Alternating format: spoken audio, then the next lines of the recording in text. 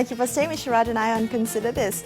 Let's take a look now at how the retail sector is dealing with the pandemic and the expected recession. Joining us on the line now, we have Datuk Ameer Ali Mydin, Council Member of the Malaysian Retailers Association. He's also the Managing Director of Mydin Muhammad Holdings Berhad. Datuk Ameer, good evening. Welcome to the show. Now, 2 weeks ago, the Malaysian Retailers Association urged the government to declare the Covid-19 pandemic in Malaysia a force majeure, which is a legal provision that will indemnify businesses from their contractual obligations. Now, I understand that you've had consultations with the government. What has been their response to this request? Actually, at the moment, even yesterday, the association, actually 12 associations, got together for the first time and appealed to the government to enact the so-called Covid-19 Act. We have to understand that in a pandemic situation like this, we know this has never happened anywhere, right? And the concern is that the landlord, being the bigger and the stronger party, by the time this MCO is over, they will force the retailers to pay what is due to them. I think a lot of us are really concerned about this. So once you have an act like this, so what happens? There will be more fair play, and that's all we're asking.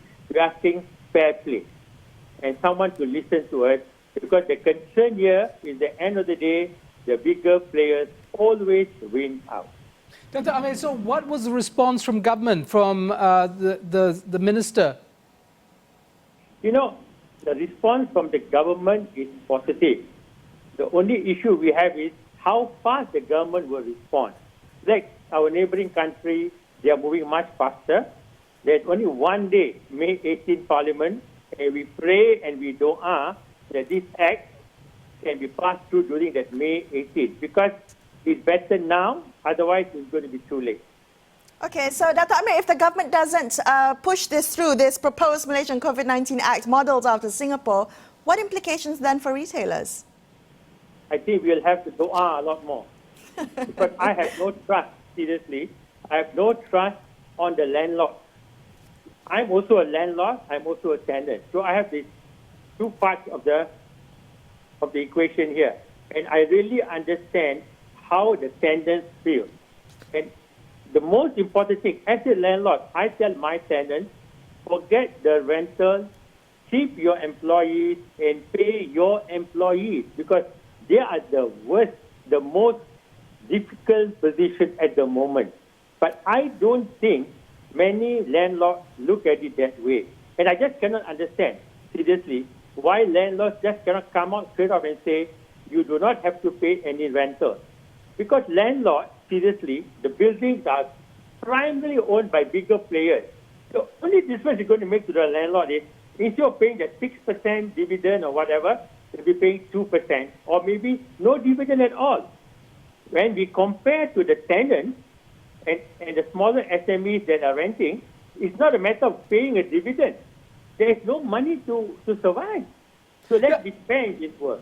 Dr. Ameer, so what is the leverage that the landlord has when it comes to government? Do they have greater lobbying power? Do they represent business or capital interests that's more important than the productive sector, from factories or from retailers, businesses that are actually doing something? Do they have a greater say? Well, you know, the issue with landlords are they always are the Tan Sri and the Datuk Sri. And the tenants are all the laymen, and this is the major issue always. Of course, they have direct contact, they have more persuasive and lobbying power. But I hope politicians will have to listen to the rakyat for once, because at the end of the day, it's a matter of landlords making less money. Not making no money, okay?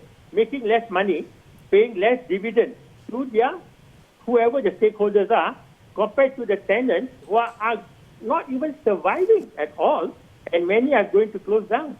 Okay, on that note, Datuk Ameer, can you help us understand what is happening with non-essential retailers on the ground? What is their situation at the moment? You mean they're still around? I thought they were all gone. Seriously. Non-essential retailers have been closed for more than 50 over days. They have zero income. They have hundreds of employees. And the government so-called the 200 employees or, the 1,200, it only touches the real smaller ones. The mid-tier and the bigger ones have to pay millions of dollars. For example, my payroll is $15 million a month, and I would not qualify for this $800 at all. So we are all out of pocket, and my colleagues in MRA and the BRO members, they are hardly surviving. They are asking people to stop work. We are going to have a massive retrenchment exercise. People already don't have jobs at the moment, and this is going to be tougher and tougher. I think the government, although everybody has a limited budget, but they should not have put so many restrictions. I think they should have just given every employee $1,200. That would be a simpler and a less painful way of getting us out of this. But now everybody is suffering. Datuk Ameer, tell us what the next step is then. I mean, you've already made your appeal, you're waiting. I understand you said you're praying, and perhaps the power of prayer might work in this instance. But tell me, what else can be done, especially for businesses that want to survive, that need to see the light at the end of the tunnel? At the end of the day, the businessmen are entrepreneurs. We will survive. But how many will survive? Many of us will go back to ground zero and start all over again. But we will do it. But I think the issue here is the bigger players or the bigger landlords who are not going to go to ground zero. But the others are. And we will start all over again. I mean, we don't have a choice. I mean, the government is trying its best, I assume. But coming out with so-called SRF loan facilities, the facilities for SMEs, they can apply for 1 million, for example. Not many get approved. The ones that really need the money don't get approved. But in principle, to borrow money to pay rentals and to pay salary is wrong. You don't borrow money. I'm a banker. I'm an ex-banker. You don't borrow money for non-productive use. You only borrow money to increase your productivity. You cannot be borrowing money for your overhead. All right, Datuk Ameer, then the question is, if the government does look to ease the MCO, particularly for businesses, does that solve the problem? Does that make the cash flow issues then ease up then? No, I think the main thing here is that the government, we understand there's a balancing act here between health and economic factors. Health, of course, is the most important. One life lost can never be recovered with any money. That is the fact. And I think the government is doing a very good job, seriously. But let's not be too cautious here. Let's not be too cautious. I think there are many players out there who have their SOP. Trust us. Instead of saying, I don't trust anybody, how about the government trust us? Let us open up slowly but surely. I think that's what the government is trying to do. Let's open up slowly but surely and see. There will always be a bad apple somewhere. Close them down.